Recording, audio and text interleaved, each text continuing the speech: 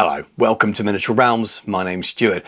AK have recently sent me all these lovely new packs of quick gem paints, but the ones that are focused on painting military models. These are all for World War II and made in conjunction or cooperation with wargames. So I thought it'd be really fun to try them out and see how they work.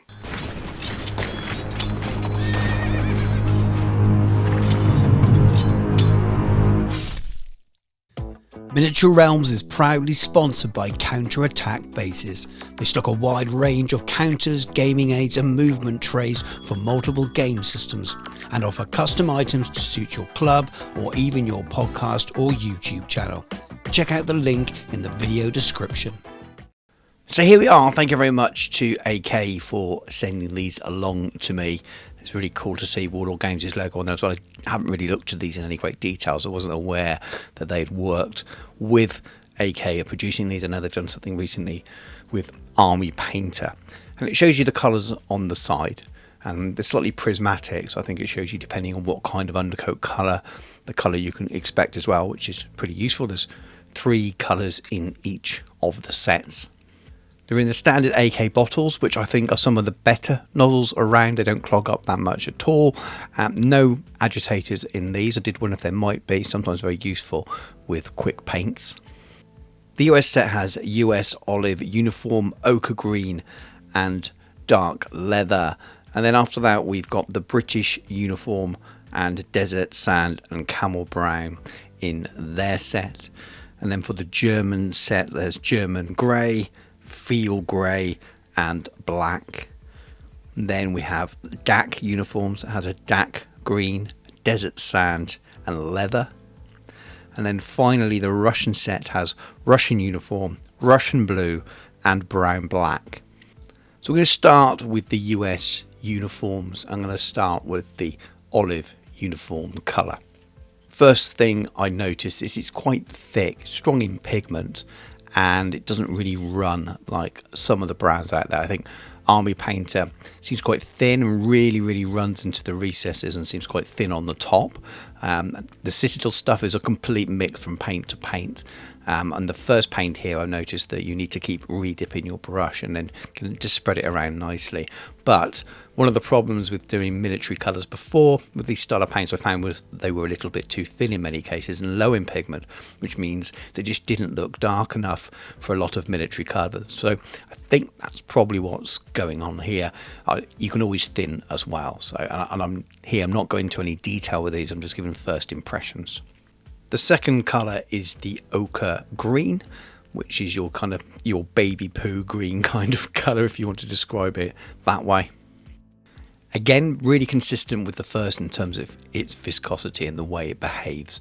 I found that I had to kind of work to get it to go around the detail. It didn't naturally flow into it, but it does move away from those points, those surfaces, and give you that quick paint desired look, which gives you the highlight from just the basic one coat paint, which is what they're designed to do. So it's achieving that. It definitely doesn't flow super easy. It's not a smooth process, but I do like the colour very much. The third and final colour here is the dark leather, and this will be interesting based on how the others have behaved, because you generally want them to be quite thick when you're designing a leather type colour. And again, exactly the same. It's really quite thick. Very strong in pigment. Have to work quite hard and put quite a lot of paint on the brush. It feels like it wants you to have a fairly loaded brush here, but again, once it's on, you can move it around and it does give you quite a nice pleasing effect. And I think this will be really good on boots, on rifle stocks, on belts, webbing, that kind of thing. On to the British now, and we've got British uniform first. So your sort of standard colours you'd expect to find, and it's more of the same, so no surprises here at all. Very consistent in the viscosity, in the pigment strength. I kind of like that in a paint range. That's something that's really important to me, because I want to know when I open a new colour pretty much what it's going to do. There are many in the Citadel range that I love, that I've learned to love over time when I find uses for them.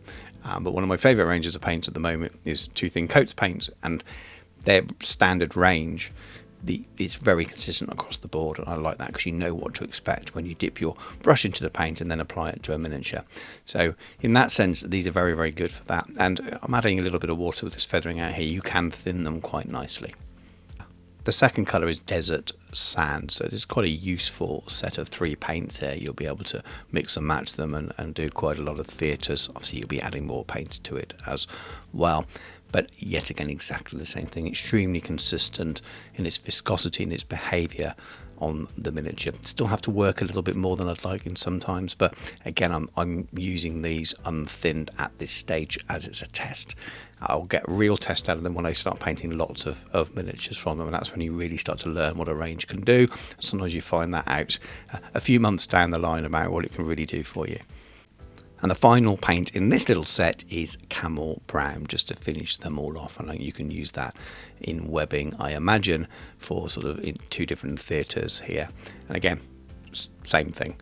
Very, very similar in terms of its viscosity and the way it behaves on the miniature. But I'm really pleased with all the colours so far. Well, I'd like them to flow a little bit better. I'm very happy to be able to thin to do that. Some people would like things to be the exact perfect straight out the pot and maybe not want to thin it. But again, maybe you would be happy with this effect. This is the right viscosity to use painting directly over a white or grey miniature. This is German Grey. I'm really interested to see how these go, because blacks and greys can be really tricky with these kinds of paints. And just like all the others, it's the same deal. And I'm really impressed by the consistency, not just in terms of the literal consistency, the viscosity of the paint, but the consistency of their application and the way they appear on the miniature. It's really, really good to know that you can trust and have a good idea of how it's going to behave. And same again, as you add a little bit of water, it does seem to thin quite nicely. I've not tested that side of it to the max at the moment, but so far they're pretty good. And again, the colours are good, really useful. And we move on to the Field Grey, which is the ubiquitous colour of explaining World War II uniforms to people and how much they change. There's so many different shades of German Field Grey, but again, this is reminiscent of what you'd expect from a version of German Field Grey. I quite like this colour, and again, it's behaving exactly the same way, which is again exactly what you want in terms of consistency. And it will be really interesting to see how well it performs once it's thinned a little bit more as well. The final colour here is black, and something I didn't point out before, that some of these aren't military colours. Some of these are just the standard 3rd gen, and they have a little guide at the bottom of its intensity and how strong a colour it is. So I think it was one from the previous pack. So you have a look out from those because they're from the standard range, because there's no need to reproduce them. And again, that shows the consistency between the military colours and the standard quick gen range they've got as well, which I haven't tried any of until now, because obviously some of these are included in these sets. This is a pretty good strong black, actually. Blacks are often a problem. I don't think Games Workshop or Citadel got theirs right until they did Black Legion, at least for doing things like boots. This is pretty good. It's strong enough to give you that real dark black look. You don't want it to always come out as grey, but also works as the natural highlighting tool and stuff there as well. You can see the top of the detail poking through, giving you that natural highlight, which you get when you work with these colour paints. So I think that's pretty successful. And again, thins quite nicely with water, doesn't go into any weird sort of states. Now we're on to the DAC uniforms, and the Desert Sand is a repeat of one from the previous set, so I've moved that out of the way. We don't need to test that again, but we're starting with the DAC Green, and exactly the same. We're repeating what I keep saying with all of the others as well. Extremely consistent in terms of the viscosity and the application of that viscosity. They all behave in exactly the same way, and I found this was the same again when I added a little bit of water to it here just to feather it out. And it behaves the way I'd expect it to. And the third colour in this set is leather, because we're skipping the Desert Sand. Again, really, really useful paint, something that you want to use in an awful lot of different applications across loads of different painting, not just military stuff. And I like this. It's a really nice, warm mid-leather colour. It's got some warm reddish and orangish tones into it there as well, and I quite like that colour. I can see that being used a lot for lots of different jobs, and it falls somewhere in the middle of some of the colours that Citadel offer for sure. So I think it will be a useful addition to many painters, and again, thin's lovely. We move on to the Russian set now, and we have Russian uniform up first. This is a pretty consistent colour, as with all the rest. Again, having to work a little bit to get it to flow round in that first instance. Brush wants to be loaded, but the colour again is really pleasing, and I think it looks pretty accurate, or at least within that sort of ballpark for the kind of colour you'd expect for Russian uniform. And just the same as all the others, and just the same as I keep saying, it thins quite nicely with a little touch of water. I've not tried it with medium yet, it's very much a basic first try.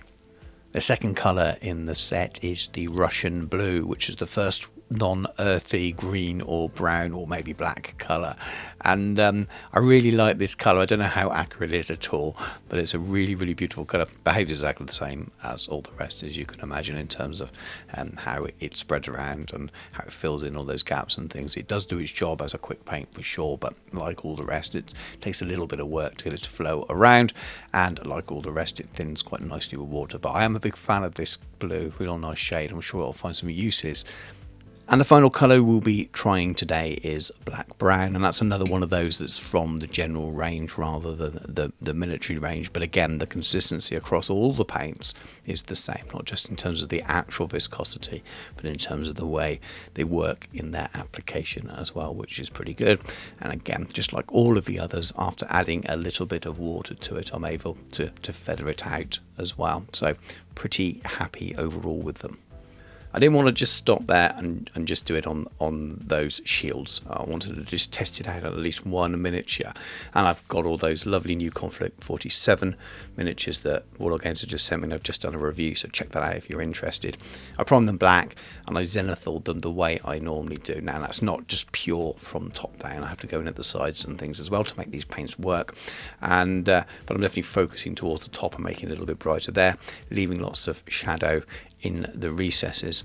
And then what I like to do after that to really boost them is just to add a little bit of white to my dry palette and give them a very light dry brush, and that really picks out the edges of all the detail, which is super helpful when you're painting with contrast style paints. Even if you're going to highlight afterwards, it helps you know where to add those highlights. But if you're not and you want to go for the real basic quick paint job, this really boosts those highlights for you and makes them stand out more. Now, what I found when I started applying this paint was it works absolutely fine. But what I was saying earlier in the first test about its viscosity and how it doesn't run into all the recesses, you see that here. It wasn't the easiest paint to go on at its standard without thinning it at all. And I feel like to get the colour boost that you want as a one coat paint, it wants to be applied like this. And that might well just be because I'm used to using an awful lot of Citadel contrast paint or other ranges as well. But it's definitely usable, there's no problems with it at all, but it just felt like I was fighting it a little bit on the miniature, trying to get it into places. It wasn't hard, it wasn't too bad, but it's not as smooth as some others. However, a lot of that might be down to the way I like to paint. I know normally that I'm glazing on, and I intend to come back afterwards and add more highlights. Whereas if you want to get your army painted quickly, then you are literally spraying in white or grey, and you're going to do one coat of each of these colours, and that's you done. And that's all I'm going to do with this miniature in the video here, very quickly. Then it's actually very good at that. So if you're looking to get your armies painted, you're a gamer, you want your army painted on the table, and you want to have accurate colours for your World War II style uniforms, then actually these paints are going to do exactly that for you. They just don't quite match the way I normally paint. Now, what I may do if I continue to use them for military colours is thin them slightly, but probably go a little bit lighter on some of the zenithal with the airbrush to start with. Leave a little bit more shadow in just to boost that darker colour when I put these on. I think I'll just use a little bit of medium. They do recommend using one of their mediums, so I'll probably pick that up to try that as well. So they work perfectly.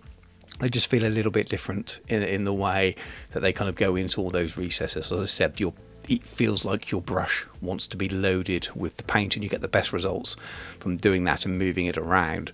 But it does mean it's a little bit harder sometimes to get a nice smoother finish, especially on flatter surfaces. I really struggled with the helmet to not leave any brush marks or tide marks in it at all.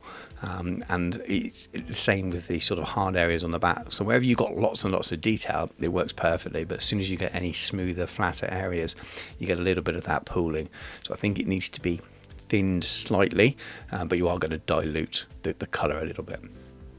I quickly whizzed round and made sure I covered everything on the miniature and just used the paints from this set. I had them all out in my little palette, so I just finished off with all of the colours from the US set first, and then I dipped into the other sets to do things like the boots. So I picked up some of the brown, and that works really well. It looks really, really good. I used the black on the weapon and on the gas mask as well. I even used the Russian blue, slightly thinned as the blue of the glass reflection. Now, whether I'll probably strip this model and go back and paint it in a slightly different way, but just to kind of get the feel for, could you paint your army quickly using these paints, I thought, right, I'm going to paint the whole miniature. Now, as I said earlier on, I think to do what they say on the tin and are a quick paint or one coat paint for painting your armies and get them on the table quickly, actually these are really good for it. And it's nice to finally have some proper military colours to enable you to do that, rather than making do with close matches for some other things. So that's perfect. I think I need to try them more before I make my full mind up on them about using them the way I normally paint, with the zenithal and glazes and then highlight afterwards. They definitely are a little bit harder to get that first layer down. They've all got a very similar consistency, which is good, but I do need to sort of get used to them a little bit more. So as with anything, I'd name this sort of initial thoughts, really. It's not a review where I've 100% made my mind up on everything, because it's a new paint range. I think they're great if you want to get your army painted quickly. If you like to use it as part of a stage, I want to test it more and see how it works for the way I paint. But if you're looking for a quick paint range and you want to do your speed paint type thing, one coat of everything and away you go, then these are great for that. And we've finally got military colours to do it with, and they are incredibly consistent. And I'm looking forward to trying them out more and seeing how they go through the airbrush and all the other things. So first impressions, definitely a thumbs up, but need to do some more testing on them. Thank you very much for watching. Hope you found that review useful, and let me know in the comments what you think of the products and whether you're thinking of picking them up and using them yourself. It's definitely been a bit of a gap in the market up until now. Lots and lots of quick style paints out there, and if you're a regular viewer of the channel, you know I paint with them all the time. I really enjoy painting them over zenithal as a way of base coating, but it's always been a little bit different with military stuff, so a little bit harder to get it right. So let me know what you think based on what you've seen from my short review today. If you have enjoyed the video, please do drop that comment below, give it a like and subscribe to the channel if you haven't already done so. Check out all of the other links in my video description. There's affiliate links, including one to Warlord Games. So I don't get any money from that, but it lets them know you've come via this video, and I know you can purchase those paints now, buy them directly from AK and many other retailers as well. And you can check out my channel sponsor Counterattack Bases, loads of gaming aids and things there are really great for bolt action, as well as lots of other game systems. So thank you very much for watching. Take care, and I'll catch you soon.